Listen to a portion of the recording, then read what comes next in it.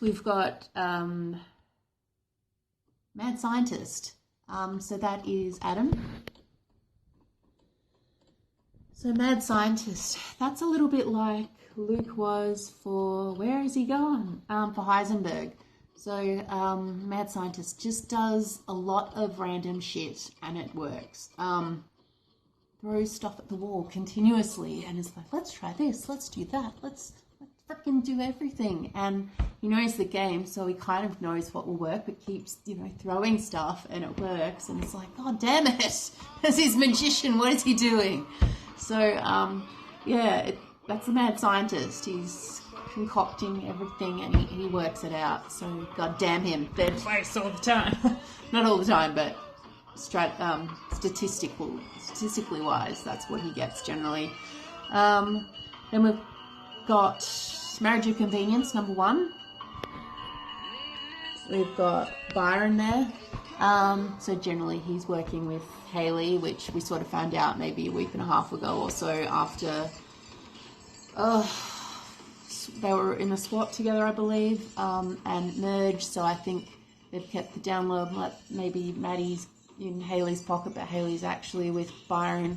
But I think because Byron's a returnee and quite smart and knows both Australian and US seasons, whereas Hayley knows just the Australian version, that Byron's probably got more knowledge and he's staying quiet because he's told me that all the other returnees are being targeted because they're such big players, so he's stayed low. So he could be working alone, but at the moment I really think he's with Hayley.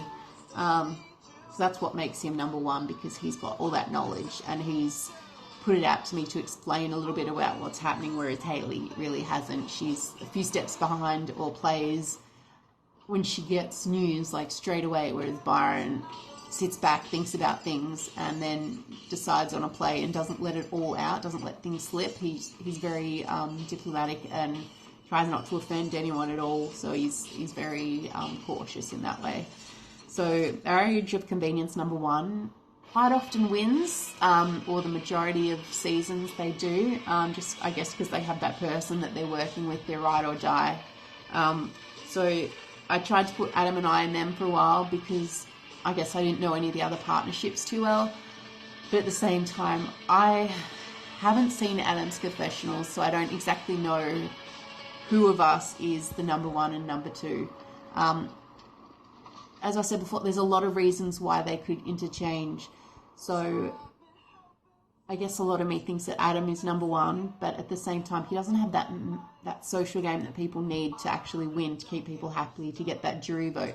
So Adam is just steamrolling, bulldozing people over, and that is not a skill. That is just doing whatever you want. So I feel like sometimes that makes me the number 1, but I just don't know, because I don't know how it's coming across, and I don't think, because he's such a big character, I wouldn't be able to articulate myself well under him, because he would, again, bulldoze me. So unless the jury is smart enough to realise that I might be quiet but determined and know the play, they might just not see it because they might be blinded by him. Like,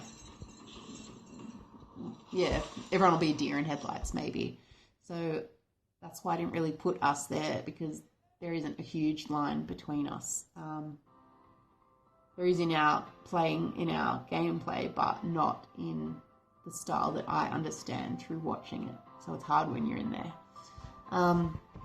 Next I've got myself, Diplomat, which is generally just the person in the middle that can keep everyone happy.